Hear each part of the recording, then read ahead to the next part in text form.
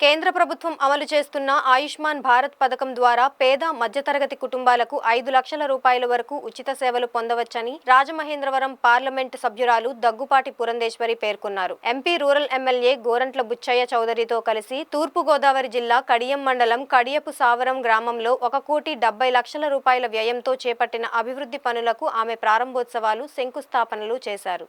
ఈ సందర్భంగా ఆమె మాట్లాడుతూ ఒక సర్వే ఆధారంగా గ్రామీణ ప్రాంతంలోని ప్రజలు వ్యవసాయ రుణాలు, వైద్య ఖర్చులు కారణంగా పేదరికంలో మగ్గిపోతున్నారని గుర్తు చేశారు. అలాగే గ్రామీణ, పట్టణ ప్రాంతాల్లో స్వచ్ఛమైన త్రాగునీరు అందించేందుకు జల్ జీవన్ మిషన్ ద్వారా ప్రతి ఇంటింటికి మంచినీటిని అందించే పథకం అమలులో ఉందని తెలిపారు. ఈ కార్యక్రమంలో బీజేపీ తూర్పుగోదావరి జిల్లా అధ్యక్షుడు Pikki Nagendra, MPP Velugubanti Prasad, BJP rural convener Akula Sridhar, గ్రామస్తులు పాల్గొన్నారు.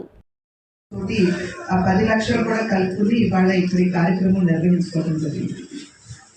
అదేవిధంగా 2 ఓవర్ హెడ్ ట్యాంకులు నిర్మాణం చేస్తున్నామంటే కేంద్ర పథకం ఏదైతే ఉందో జల్ జీవన్ మిషన్ కింద అంటే గ్రామాల్లో, అదేవిధంగా పట్టణాలు సైతం, ముందు గ్రామాలు అని చెప్పి దృష్టి పెట్టారు.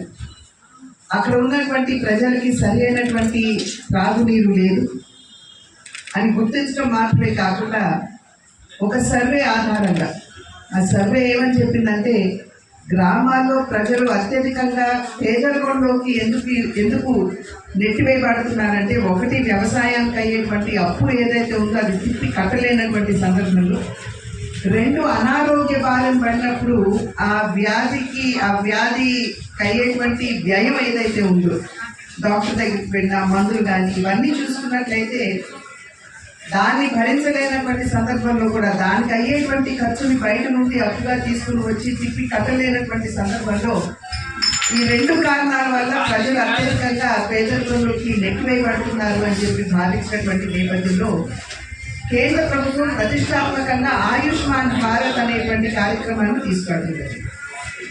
దాని మాధ్యమంగా ఏంటంటే దారిద్ర్య రేఖకు దిగువన ఉన్నటువంటి వారు ఏ వ్యాధి వచ్చినా సరే వాళ్ళు వెంటనే హాస్పిటల్కి వెళ్ళి 5 లక్షల రూపాయల మేరకు ఉచితంగా వైద్య సహాయం అందుకునేటువంటి అవకాశం. డబ్బు కట్టనవసరం లేదు. హాస్పిటల్కి వెళ్తే అక్కడ 5 లక్షల ఖర్చు అంటే అయినట్లయితే 5 లక్షలు కూడా ఉచితంగా హాస్పిటల్ వైద్య సహాయం అందించేటువంటి సౌకర్యం, అది ఆయుష్మాన్ భారత్. అయితే దానికి తోడు నీటి మాధ్యమంగా వచ్చేటువంటి వ్యాధులు అనేక ఉన్నాయని చెప్పి గుర్తించడం జరిగింది.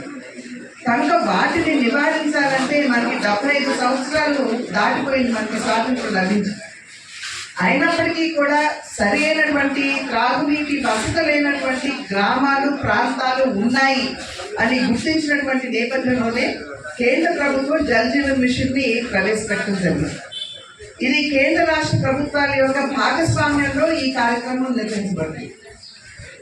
ఇంతకు ముందు ఉన్నటువంటి ప్రభుత్వం, వైఎస్ఆర్సీపీ ప్రభుత్వం ఏదైతే ఉందో, అప్పట్లో పెద్ద ఎత్తున రాష్ట్రానికి వనరులు ఇచ్చినా ఎక్కడా కూడా సరి అయినటువంటి కుళాయి కనెక్షన్లు కానీ, కొన్ని కుళాయి కనెక్షన్లు ఇస్తే అసలు నీరు ఎక్కడి నుండి వస్తుందో ఆ సోర్స్ కూడా, ఎక్కడి నుంచి నీరు తీసుకోవాలో అది కూడా చూపించకుండా ఒక రకంగా చెప్పాలంటే ప్రజల్ని మోసం చేశారు అని చెప్పి సత్యదూరం కాదు అని చెప్పి నేనైతే భావిస్తున్నాను. ఒక పక్క మోసం చేయడం మాత్రమే కాకుండా రెండవ పక్క వారి జోబు నింపుకునేటువంటి కార్యక్రమం.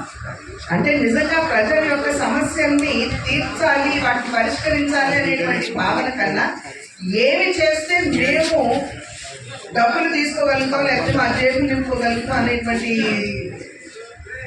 ఆలోచన ఏదైతే ఉందో ఇవాళ దాన్ని దూరం చేస్తూ 2 ఓవర్ హెడ్ ట్యాంకులు నిర్మాణం చేసుకుంటూ దాని మాధ్యంగా ప్రతి ఇంటికి కూడా కుళాయి కనెక్షన్ ఇచ్చి మంచి త్రాగునీటి వసతి అందరికీ కల్పించడం అనేది ఇది నిజంగా ప్రజలందరూ కూడా హర్షించదగ్గ విషయం అని చెప్పి నేనైతే భావిస్తున్నటువంటి సందర్భం.